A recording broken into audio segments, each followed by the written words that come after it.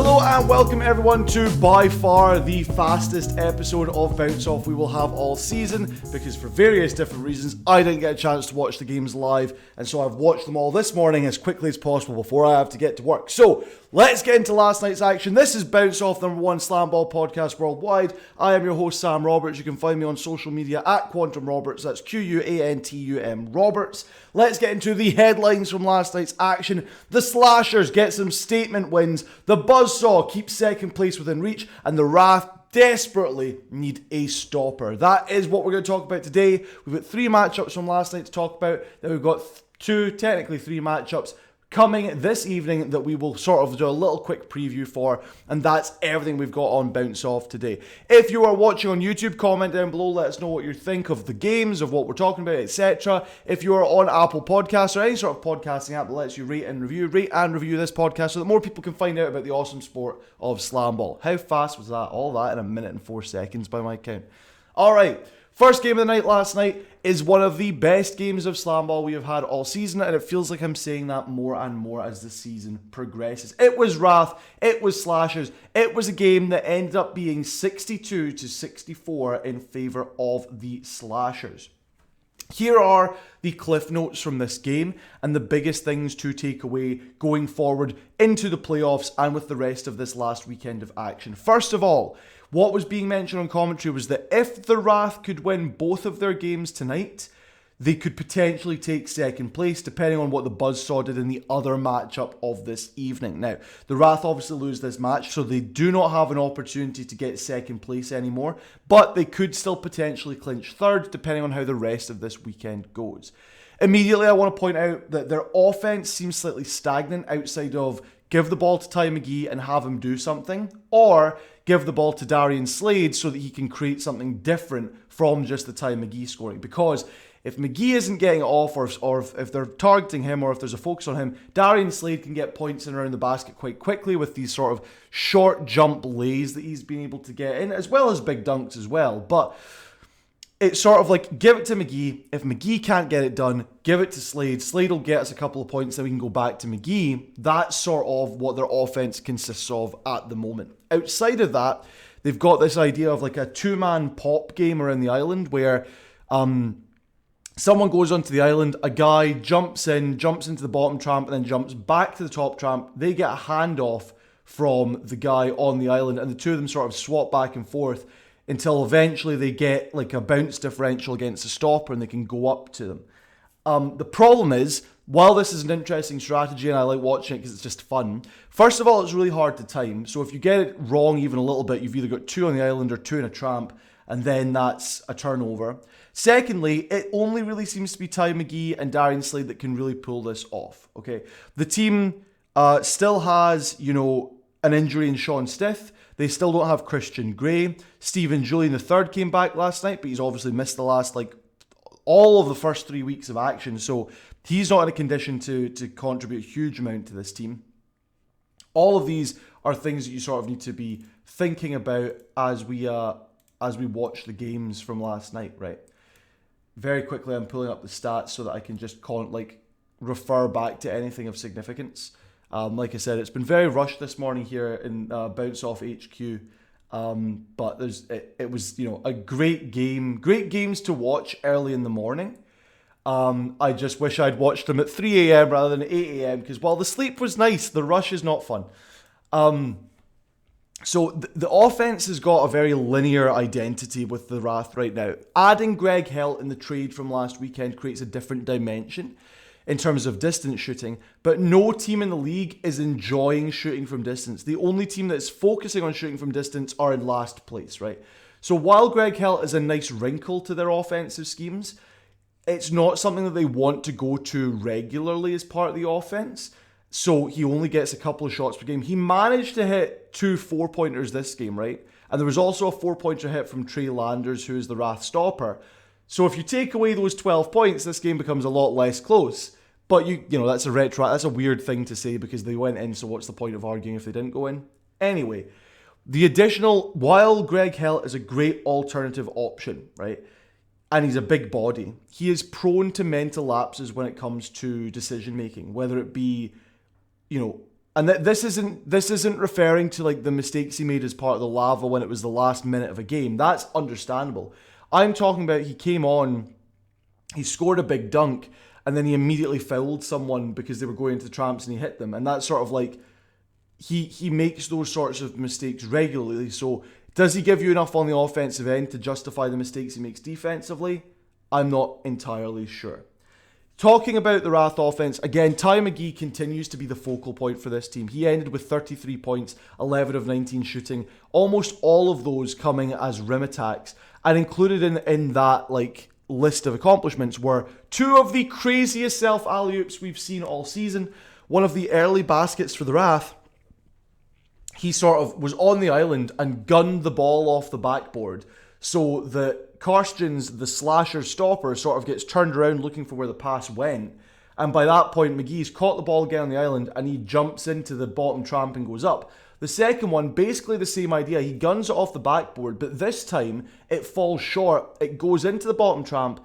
He himself has gone into the back tramp. The ball bounces off the back of the bottom trampoline into Ty McGee's hands as he's going right back up for a dunk. They were so cool to watch. I will hopefully get a chance to clip them later, and they're going to be on my Twitter because that was so cool, so fun to see. Loved watching that happen. But outside of those things, what else did they have going for them offensively? He had 33 points, Darian Slade had 10, Greg Helt had 10. But again, 2 of those were from 4s from Greg Helt and then one dunk. And then Darian Slade was getting, a lot of lays at the basket. Now, I know what I've said previously. You will win a game if you have 3 guys scoring in double digits or if you have 1 guy scoring near 30. This team had 3 guys in double digits and 1 guy who scored over 30. The thing with that is the 2 guys who were also double digits had 10, which is, so almost negligible when I'm talking like this. And they were in it. They were in it, and they were up by a huge amount at the end of the third. At the end of the third quarter, the Wrath had gone out to a 12-point lead, 51-39, which isn't insurmountable in SlamBall, clearly. But it is an indicator that you could win this game. And then they started the fourth quarter giving the Slashers a 9-0 run to basically get back into the game. So, and that was predicated on a twofold issue. First of all, I'm going to have to disagree with Coach Brendan Kirsch, who was on commentary. Trey Landers did not play well at stopper. He was getting exposed on single drives. He was getting destroyed by the Slashers' offense of double wing cut and high arching alley-oop. And that was despite the fact that the Slashers were mistiming it, and so they were often having to make adjustments in the air. Landers still couldn't get there. He wasn't disrupting nearly as much as you want a stopper to be doing inside the tramps. This is a miracle that this game was this close. When you add on the fact that Landers' defense wasn't being helped by any perimeter stopping, especially going into this fourth quarter, where it just seemed porous on the outside. They were letting Tony Crosby II get in as easily as he wanted to. And even prior to that, they weren't really able to stop Alonzo Scott Jr. or Bradley Laubacker from getting in there. Okay, talking more about the Slashers and what they did good versus what the Wrath maybe did badly. Really good execution from the Slashers. Maybe to the point that their offense is clicking so well in terms of they understand it a lot better now. It's not clicking well in the sense that everything they try to do comes off perfectly, but it is clicking in the sense that they know their job and they try and execute it every single time, and that's good to see. Even when they make mistakes, like I've said, they're able to adjust in the air, or they can reset a lot more comfortably now. The Slashers have opportunities coming their way, especially because they've now drilled this double wing cut, high arching offense, and then the occasional single dive cut from the top tramp. A guy driving from outside of the trampoline area, from the top trampoline, receiving a pass from a guy on the island, which is the strip of padding in between the top and bottom tramp, and getting a dunk, right? Those 2 options alone are enough to disrupt a defense, because when you're doing that, and when the third option is the drive comes from the top and you still have the 2 wing cuts coming either side, so the drive that then gets to the island has 2 guys coming, one from each side, to decide who to pass to. The stopper has to make a decision on who of those 3 guys they're going to worry about. And so that gives a lot of options for the offense, for the Slashers. And they're maybe not getting it every time, but the fact that they're so consistently going for these things is a really good sign. They could have scored way more if they hadn't overcomplicated things for themselves at one point. There was a section of the game where I noticed that Landers, like I say, totally not, and this is not his fault, he shouldn't have to play stopper, but the Wrath can't get a stopper. All their stoppers are injured. The guys who could play stopper aren't good enough at stopper, so Landers having to play it. And if the Slashers had just kept going at him, they would have run the score up, but they continued to try and run plays and maybe overcomplicate it a little bit more than need be, when realistically against this guy at stopper, you can just throw a single lob, one cut lob, and you might score. Or continue to do what you were doing of 2 wing cuts and then a high arch, or 2 wing cuts, and if Bradley Laubacher's the guy with the ball, just let him go straight up and dunk it, because that works for this team. Okay. Wrath wasted their last possession of the third, and then they didn't have a great plan for how to win the game when they were down by 2 with a possession left. The plan was, let Ty McGee try and create something. It hasn't worked out. He's given it to Darian Slade. What's the next plan? Look for Ty McGee. He gets a really nice drive in from the wing that I think against most stoppers, you know, most stoppers and not at the end of the game, you would expect him to punch this dunk home. Nathan Karstjens has come alive in these 2 games, and we'll talk about it more in the main event matchup against the Buzz, spoilers, but he's come alive in these 2 games. Excellent stopper play from him, and a massive block to keep McGee out of the rim and win the game. Credit to him, that was a really good play for him. Great from the Slashers to have the fortitude to come back in the fourth and to start the fourth being as aggressive as most teams are in the first, because that's the only way you can win a game like that. Not only is that the only way, 3 guys scoring double-digit points. Tony Crosby the second with 23, Amir Smith with 18, and Alonzo Scott Jr. with 14. All really good scores for this team. And they were only doing a 5-man rotation because Nardane James was out with an injury by the looks of things. Found it really interesting from the Wrath side of things. I'll very quickly look at the injury update from last night, because they didn't play Jordan Jones, who's one of their injury replacement guys, and I really liked him. I thought he was doing great for them. They didn't play him at all. And basically it came down to, oh yeah, he was fine, so I don't know why they didn't play him. Right, so that's interesting. So Ryan Johnson's no longer in the Wrath. He's back in the taxi squad. Malik Abdul-Haq, Devontae Pratt, Bakari Copeland. I can't get into this just now. We do not have time for me to talk about the injury report, but the injury reports are available up to 3 hours before the games on the SlamBall site, which they haven't broadcast at all. They haven't. I will reiterate this because I've been super critical of it and said they need to tell people, and then they think I'm accusing them of hiding the information, and I kind of was, because as far as anyone was concerned, there was no information about injuries coming out until the start of a game, because they hadn't broadcast the fact that you could find this information under the specific media release element of their news section. So they weren't broadcasting the injuries outside of in that location, and that isn't getting pushed to the media. So unless we go looking for that, anyway, pointing fingers doesn't make sense. I'll do better to keep on top of that when I'm awake for the games. This was a bad night of coverage from me and us here at Bounce Off. Anyway, back to the game. You know, Slashers played really well offensively. Could have played better even against this kind of stopper play. The Wrath are offense first through Ty McGee and then with Darian Slade and maybe Greg Heltz shooting, but they don't have an identity anymore. And you had enough weeks where people have been out that you could have developed something, and the fact that it still feels like it's Ty McGee against the world, while cool from a fan perspective maybe, isn't great for winning games. Okay, that was match 1 of the night. Match 2, Rumble versus Buzzsaw, 75-53 for the Buzzsaw, and very few notes on this. The Buzz gunned hard and fast all game, especially in the first quarter. They end the first quarter 23-15, an 8-point lead, and I think the only reason that they were getting scored on at all is because Tyquan Scott, good stopper, Bakari Copeland was back for the Rumble, and he was playing at stopper minutes, and another disagreement with Coach Kirsch maybe. Well, not disagreement, Coach Kirsch said on commentary, playing a guy who's just come back from injury at stopper is not a smart idea because that's such a timing dependent position, and if you've missed a bunch of games with an injury, you haven't got the reps in to play that role. I understand that concept. I get what he's saying. But Bakari Copeland is supposed to be playing stopper minutes anyway.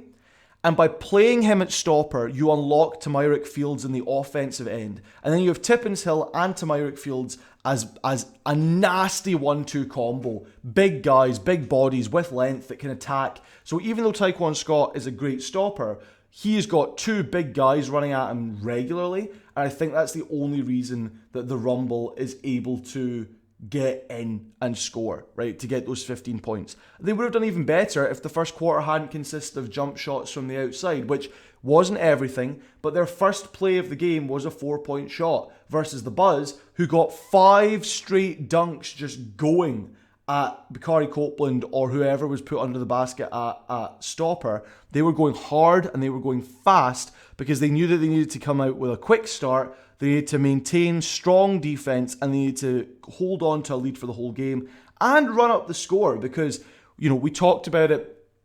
I put it out on Twitter or X or however you want to call it yesterday that the league is finally explained what the differential is for teams in terms of how do you win a game. How do you win the season? So win percentage is the first thing for seeding, then it's main event wins, then it's head-to-head win percentage, and fourth is point differential. So if you're the Buzzsaw and you're fighting for that second place spot, and you know that the teams you're going to come up against later in the night could beat you for it, you want a higher score differential because that's the fourth thing on that checklist, and you want to make sure you've got more points than any other team. Okay. The stopper differential was big. Again, Bakari Copeland doesn't have that experience. You want Tamyrick Fields to be in the front court, to be part of the offense. Taking him out of that role and putting him back at stopper, I don't think was a smart idea for the Rumble, unless they had to do it because Bakari Copeland was getting blown up in terms of his, that's like a wrestling term, but in terms of he was getting gassed, right? There's another way of doing it. His lungs were giving out. He was tired. If that's the case, then sure, put Tamyrick Fields back there. But if it's a decision that they've made apropos of that, keep Tamyrick Fields on the offensive end, keep Bakari Copeland on the basket, live with whatever he's going to give up, let him get the stopper reps, but live with what he's going to let in, because the difference with Tamyrick Fields taking over, I think, is negligible. I don't think he's been a good enough stopper to justify, swapping him back there. Just let them play Tamyrick up front and Bakari Copeland at the back, right? So regardless of that, the Buzz gunned hard and fast, going straight at the stopper, and the stopper play wasn't good enough from the Rumble.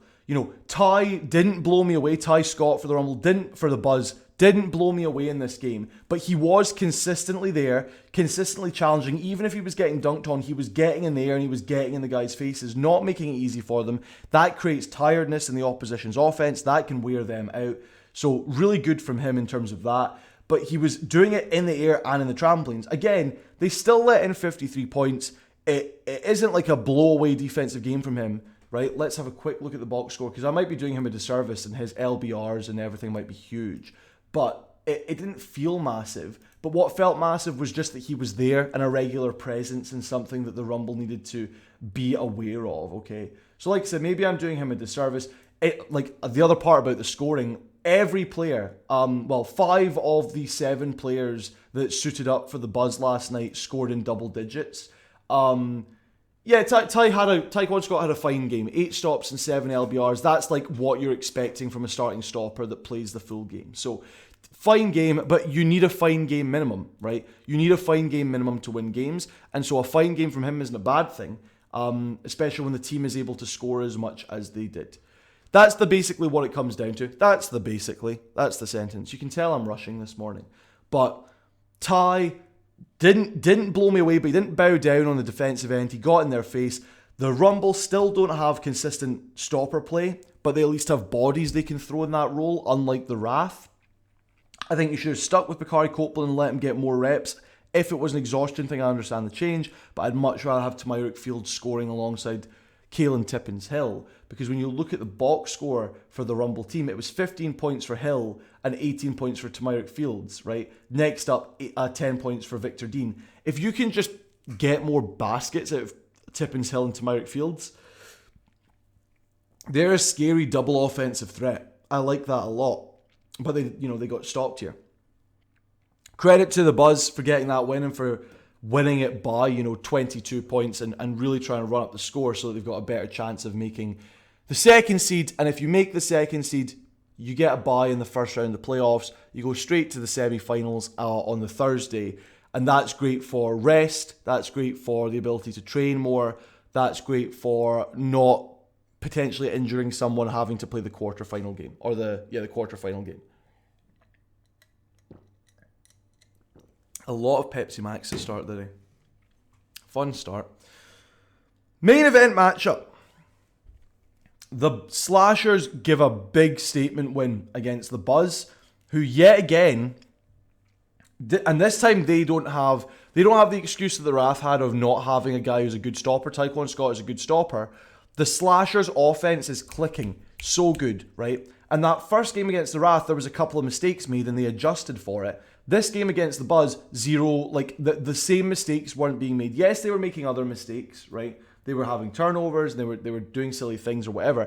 But the bad passes in the air for the high arching alley-oops and the double wing cuts and stuff like that, those were gone. And that was getting made consistently. And when you end the first quarter up 18-7, going for quick offense through Laubacher driving from the sides to set up those double wing cuts, or Nathan Karsden's coming up as part of your offense, getting to the island and not wasting the possession, making sure there's a good play come out of it. That's really hard to stop when it's quick, it's constant, it's gunning at you from the sides. You've just played a game, you're maybe a little bit more tired, and this is what you have to do if you have that first match of the night. You have to come out firing on all cylinders and try and kick up a big lead, right? The other problem with this is that the Buzz defensive strategy, like they've ran previously against the Slashers, is to double team Tony Crosby the second, right? Because if you double team him, the thought is if you double team him, you're taking out all of their offense, right? I compared the Slashers earlier this season to the 01 76ers, where they have a lot of nice pieces, but by and large it is a one-man team. That wildly misunderestimates what the Slashers' offense is today, 3 weeks since weekend one. Because yes, Tony Crosby II is an amazing scorer. He's able to get in and around the tramps very, as in when he wants. His movement there is great. He's described it as easy to get into the tramps. So that, he's obviously a threat. I mean, he ends this game with 12 points and that's a bad night for him type thing. And he had the earlier game the night where he had 23, right? He is still a great scorer. But simplifying their offense down to we need to take Tony out fundamentally misunderstands what I just mentioned about Brad Laubacher organising this offense, Nathan Karstens being able to be a facilitator in the half court, Alonzo Scott Jr. being able to, score, catch the ball mid-air really easily and finish most things. And Amir Smith, who was playing at stopper for this team, now getting the opportunity to just run as part of the offense, be another gunning option for them. If you're running out a lineup that's, even if you took Tony Crosby II out, if you've got Laubacher, if you've got Karstens at the back, Laubacher as your handler, and then Scott and Smith as the gunner options, that's still quite a scary lineup. That's still a playoff contender lineup. And then you add Tony Crosby II, who is now a secondary or tertiary option in this offense if you want him to be. That's a horrifying secondary option to have to deal with. You're dealing with passes coming off of wing cuts to Alonzo Scott or to Amir Smith. Brad Laubacher faking that pass and then just dunking it himself because he can get up there fast. I mean, he ends this game with 5 points, which is low for him. But that's also with 5 assists. So, that's one of those things you have to pay attention to with the Slash as well. And then you add in the idea that, okay, if that's not coming off, we'll just get Tony Crosby II cutting from the top tramp on a dive cut, and we'll just throw the ball up and he'll slam it home. That's such a terrifying secondary option for a team to have, right? To have to pay attention to 3 offensive guys or 2 offensive guys and then have this guy screaming coming at you. Incredible. Obviously, the flaw with something I mentioned is Nathan Karstens coming up to play offense leaves you vulnerable at the back. And the Buzz, obviously, if they were getting the ball back, they're going to get a basket because they just throw it out and they run and they go. So there's a flaw in that. But the overall result of Karstens can play stopper all game now. Early season it was, we'll play Smith at stopper and we'll maybe cycle in Karstens for minutes. Don't need to do that now. Karstens played this whole game at stopper, played most of the first game at stopper. He is now at the quality, at the level that you can just play him at stopper for the whole game. And like I said, Amir Smith is now is now like another option you've got offensively. That is very scary for teams to have to deal with.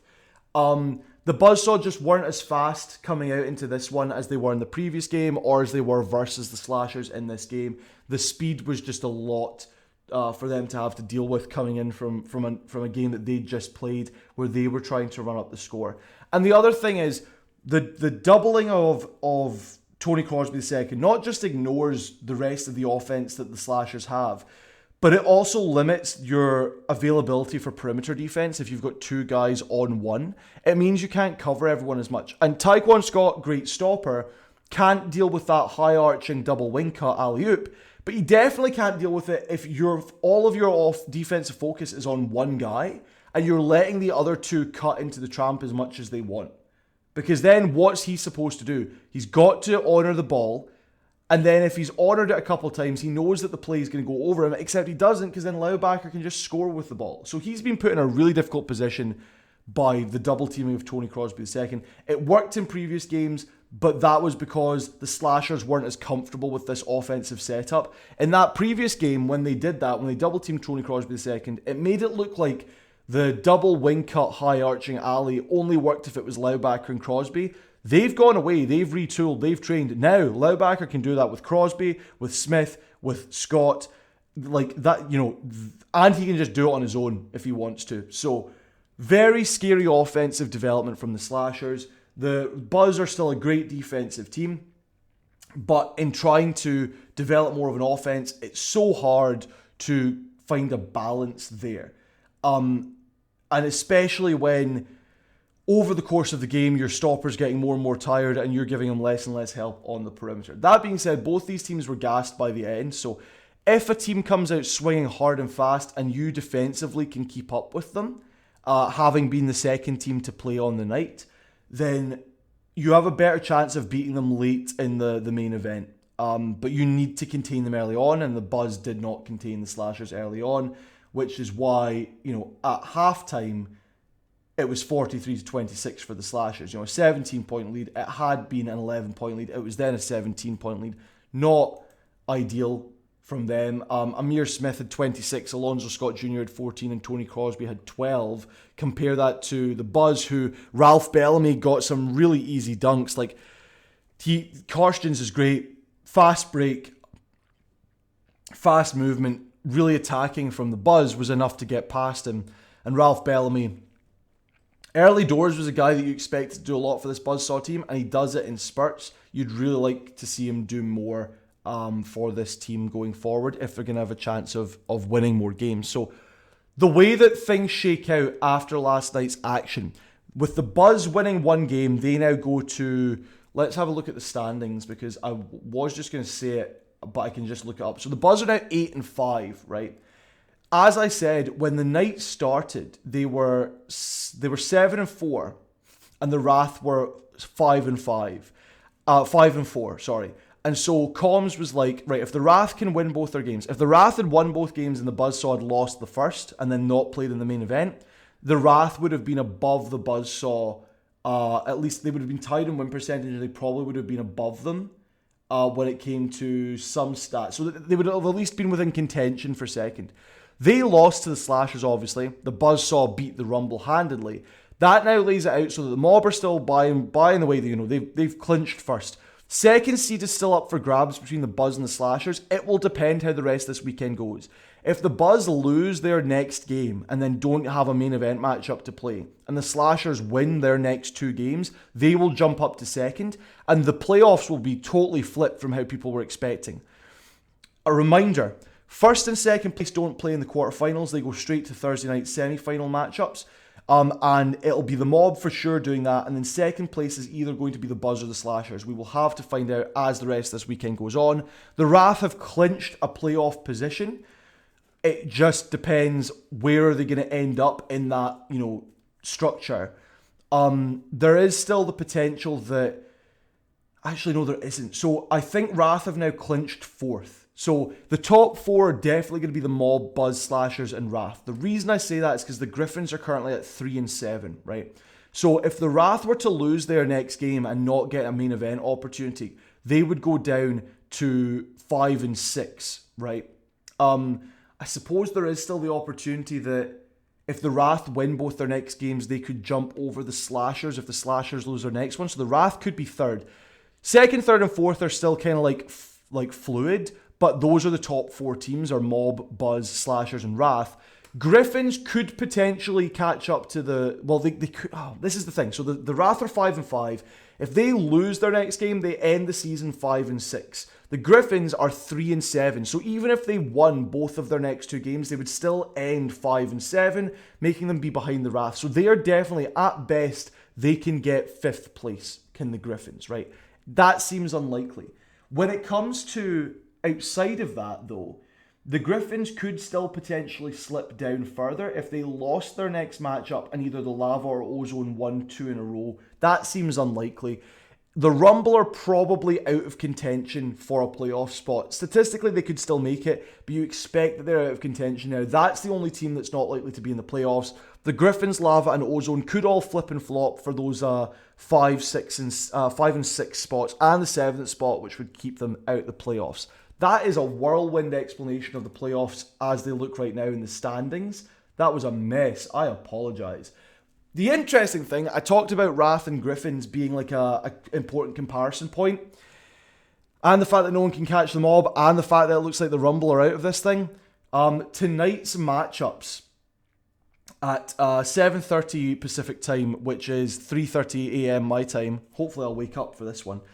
Wrath versus Griffins. So the Wrath need to win this to stay in contention of 3rd. And to stop the Griffins potentially, and to maybe stop the Griffins from getting 5th, right? The problem is the second matchup of the night is Mob versus Rumble. That's going to be a Mob win. You almost can guarantee that. Then it would be difficult in the main event. I can't see the Griffins winning. The Wrath, after last night, I can't see them winning either, but they were a team I thought could beat the Mob. If, and this is a big, big if, but if the Wrath can win both games tonight, so beat the Griffins and then beat the Mob in the main, then they would get, they might get 3rd place. But everything's such a mishmash, apart from the Mob being in 1st. Are they going to go undefeated? Tonight's the last night of Mob action before the playoffs. Are they going to go into the playoffs with a 16-0 record, having played loads more games than any other team? We'll find out tonight, won't we? That'll be exciting. Apologies for the whirlwind, guys. Still 33-minute long pod, and I think I crammed like 50 minutes worth of stuff in here. Thank you for listening if you're listening to a podcast. Thank you for watching if you're watching on YouTube. Get involved in the comments. Get at me on social media. Let's talk SlamBall because it's so exciting to be part of this world. Thank you for checking out Bounce Off. Apologies for the rushed nature of this. Blame my alarm, blame diabetes, blame whatever I had going on last night. I needed the rest, I guess. But we will be back at it tomorrow with a far more concise, deliberate, and more improved presentation. Apologies for that, folks. But hopefully you get something out of this podcast. Hopefully you enjoyed last night's action. And hopefully I'll see you again on another episode, another edition of Bounce Off.